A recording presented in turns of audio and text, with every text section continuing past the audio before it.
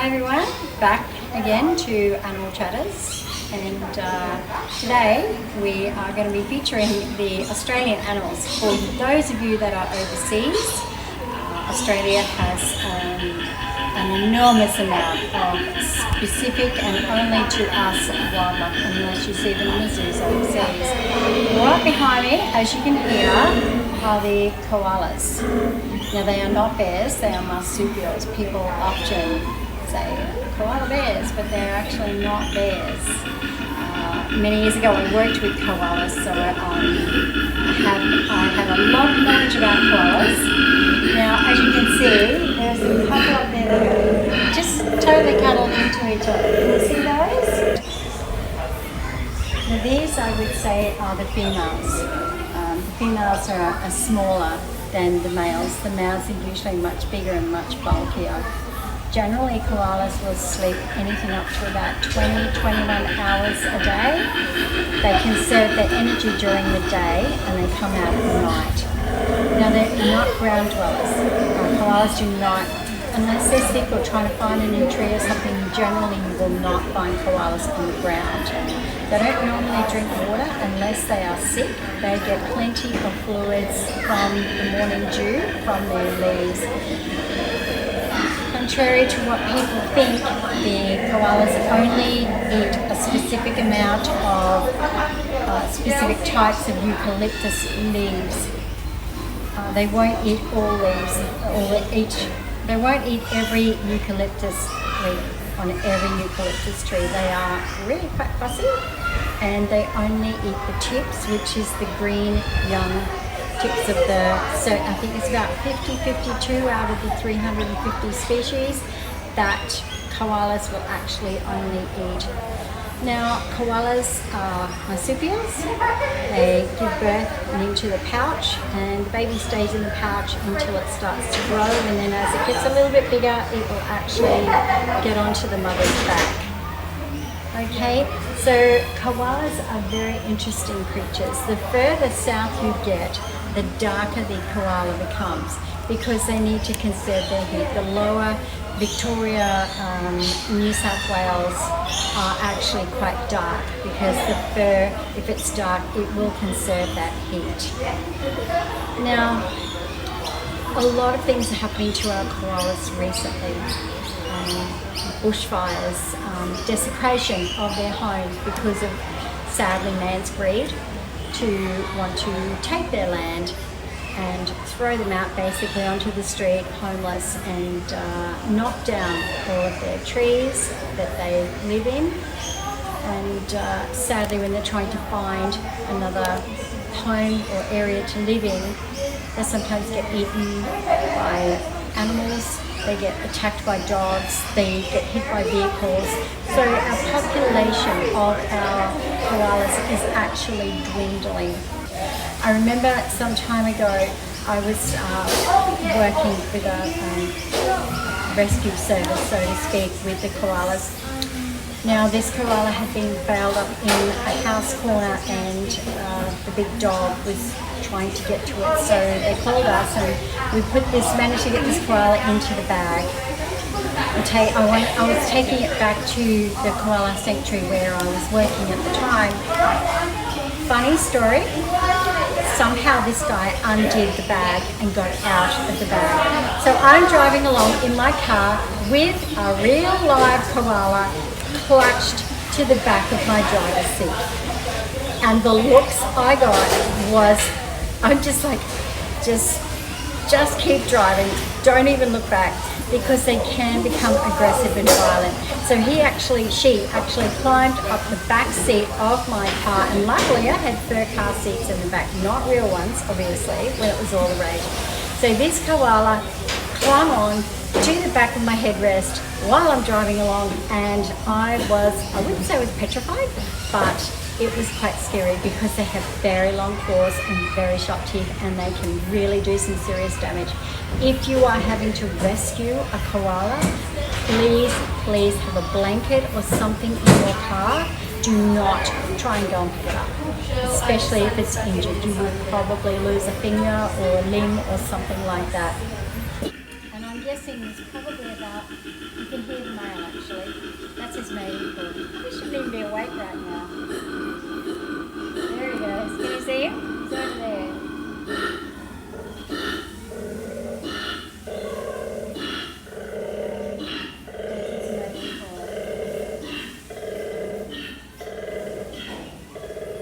Pretty amazing, aren't they?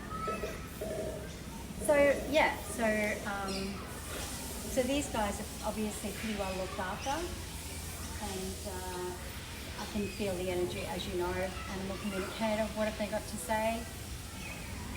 People say, oh, they shouldn't be in captivity, but let me tell you, they need to be, or we will not have any left. The amount of properties and land that are being destroyed, and even poachers, people shooting them and people destroying them and going out and hunting them. Big no-no in my eyes. You don't do that. Okay? These guys have just as much a right to live as anybody else. So the koalas, to our Australian and our overseas people, we're going to have a look at these guys really up close. Have a look at these guys very well up close. They are huge. And they are obviously sleeping right now. Ah, that one's just a little yawn. I'm sleepy. I hope this has given you a little bit of information just at this point in time. I'm sorry, I'll give you, I hope this has given you a little bit of information regarding the koalas. Okay, we're going to get on to the next one. So I'm going to rate in the background here while we are looking at these koalas. Okay, this guy is really quite active, and there's nobody really around to validate, but I think you guys know me well enough to know that I can communicate with any animals at any point. I feel that this guy has been here all his life.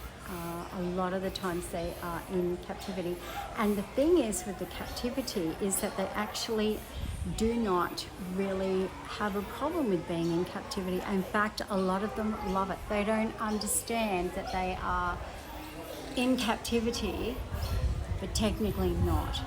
I would say that this is just their day area, and they're segregated for a reason.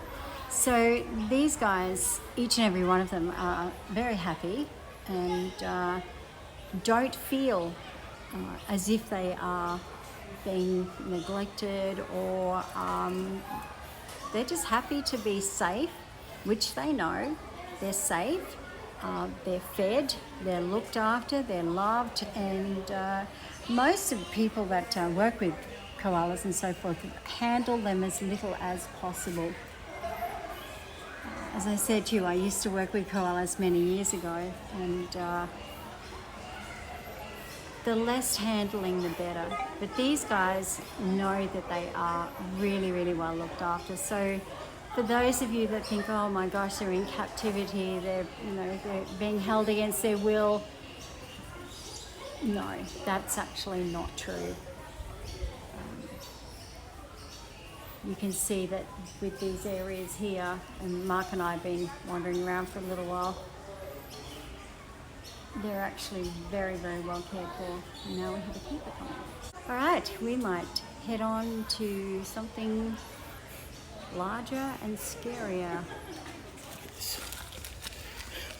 Because you have been a very good boy, I think that you would like some of this. Would you like some of this? Yeah, there you go. What likes that? Would you like a little bit more? Hey, don't get my finger. There you go. Is that num nums?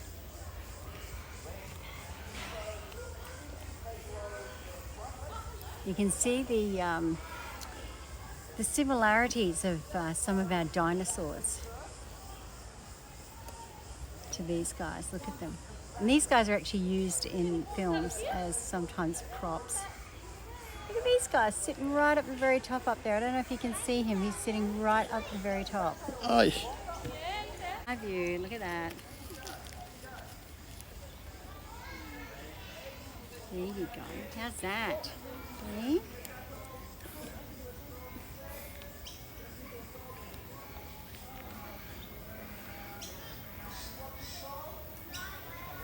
I love that guy there. He's just sitting there. Did you get a good pic of him?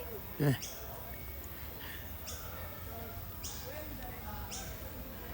And don't waste any now. Alrighty, let's soldier on. This is a cassowary. Now, it might look a pretty docile type of animal, but actually it's not. They're actually found usually in North Queensland. Now, if you have a look at their feet, what they do to kill their prey is they actually jump up and they rip the people's stomachs or animal stomachs right open.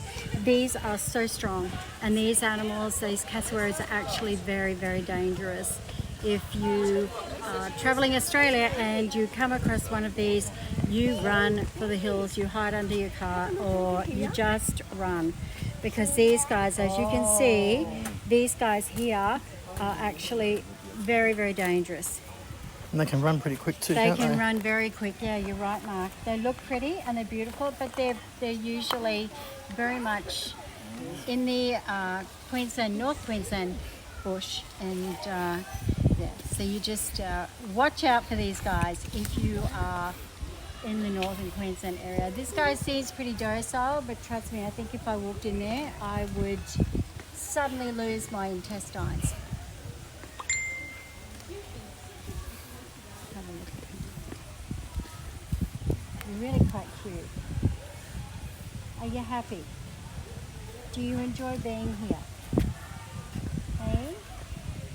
Yes, you do. And they're really intelligent for a bird. They're flightless birds. And they're actually very, very intelligent. So this guy seems...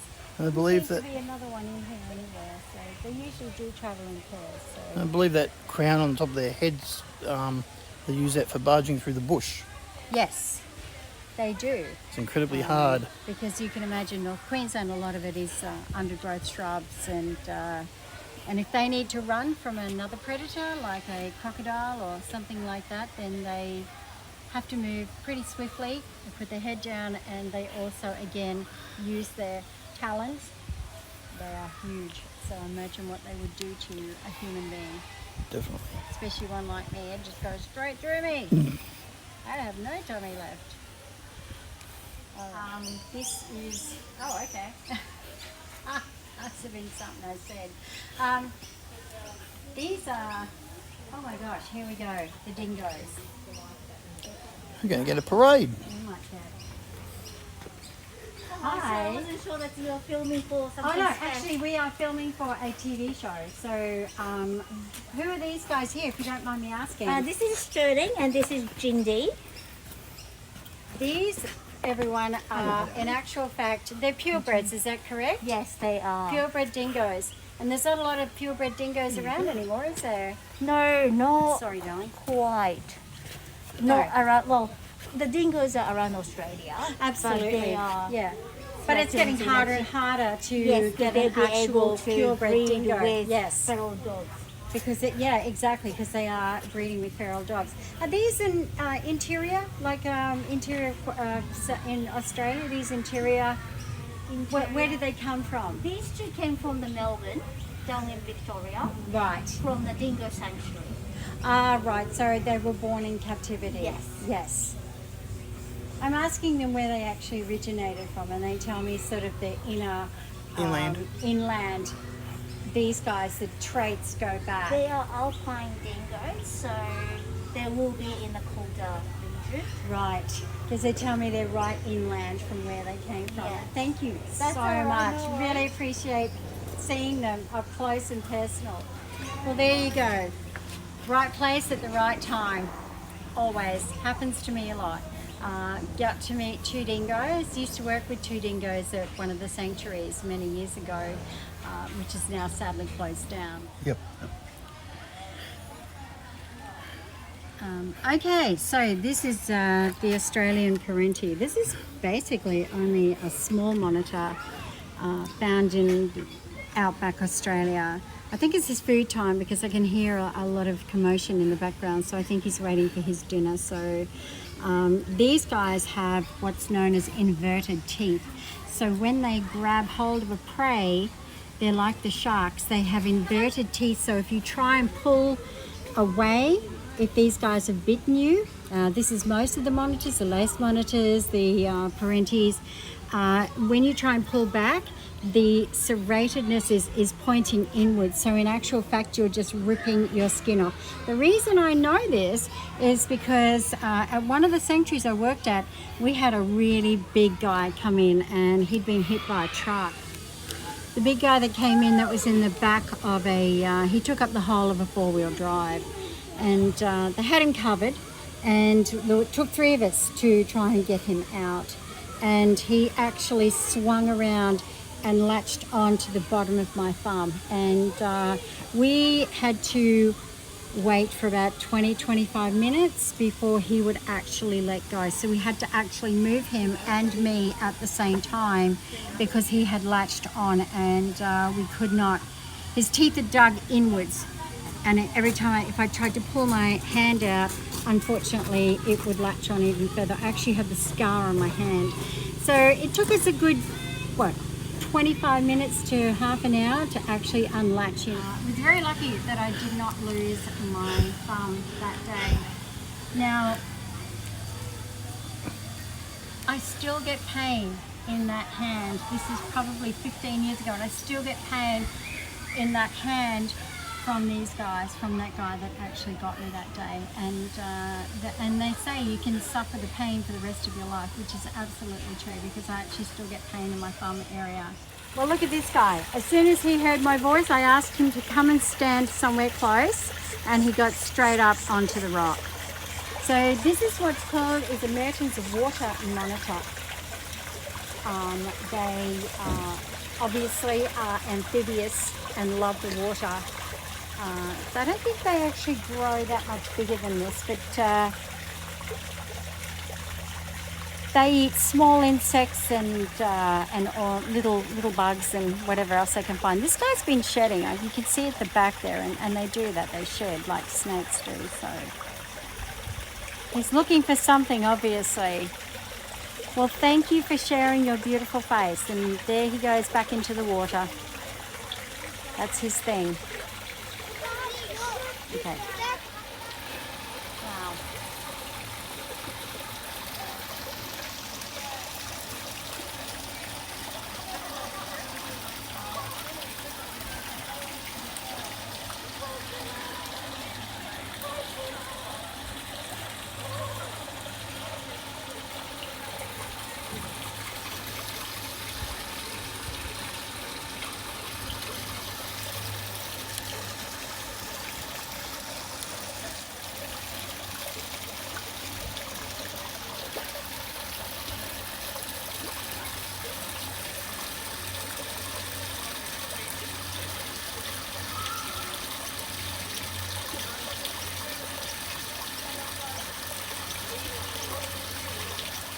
Go. Well, here we have the freshwater crocodiles, found in a lot of places of Australia. Now, we have 2 types of crocodiles, or 2 main types. We have the saltwater crocodiles, which are the big ones. They're the ones that you stay the hell away from because they will eat you in one gulp. The freshwater crocodiles have, and the other crocodiles have roamed the earth for millions of years. And like the dinosaurs, these guys have very sharp teeth, webbed hind feet, and pretty much don't have any enemies. But the bigger ones, the saltwater crocs, they are found all over Australia. These guys are found all over the world. Salties are also found in some parts of the world. So these crocodiles, these freshwater crocodiles, they don't actually grow that big. Compared to the saltwaters. The salties can grow up to 18 to 20 feet, and you wouldn't even fit one in this area. These guys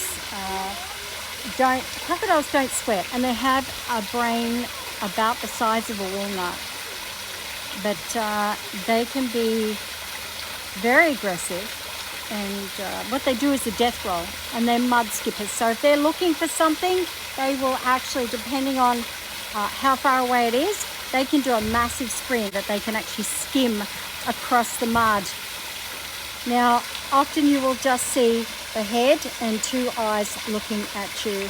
And this is how most of the people in North Queensland, sort of from Rockhampton upwards in the estuaries, lose their lives because they think that they're swimming in a croc-free zone, but these guys, they're always having to be shifted,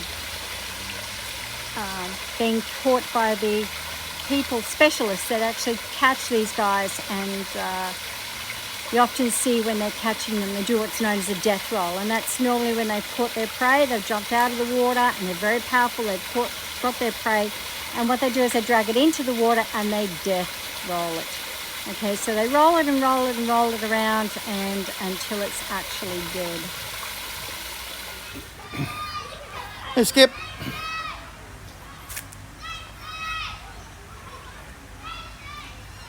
And I will Plus, go up there. okay, so put a handful of food in there.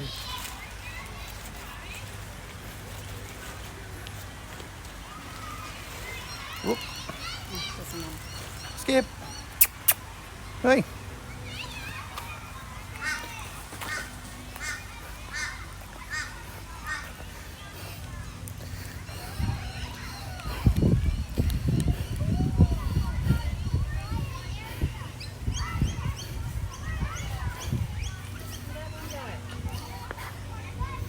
Skip.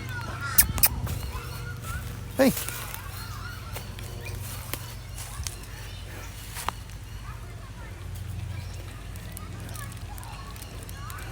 Yummy.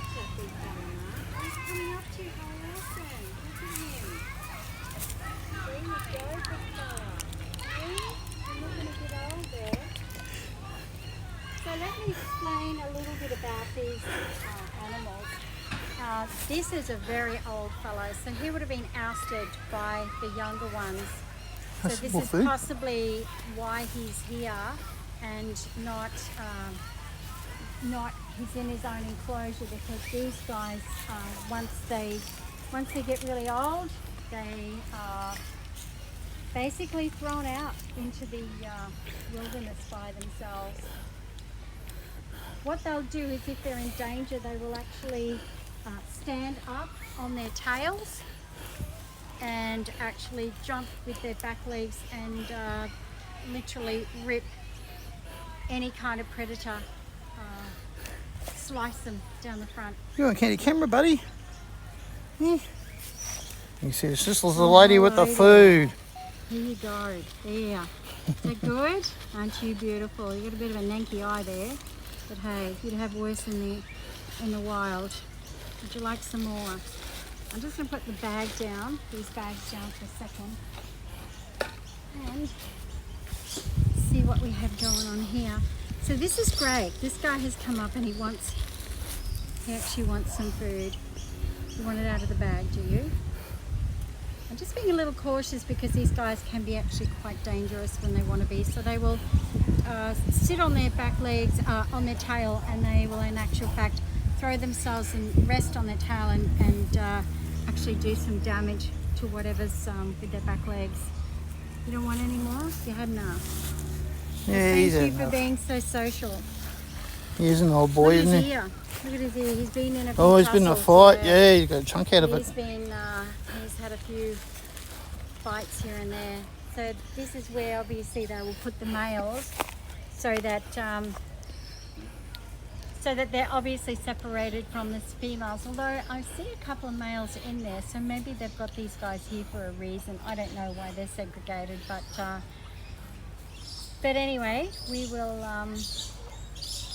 maybe toddle on over to the females. There's a couple of males over there, but I think that's just to keep the greys population.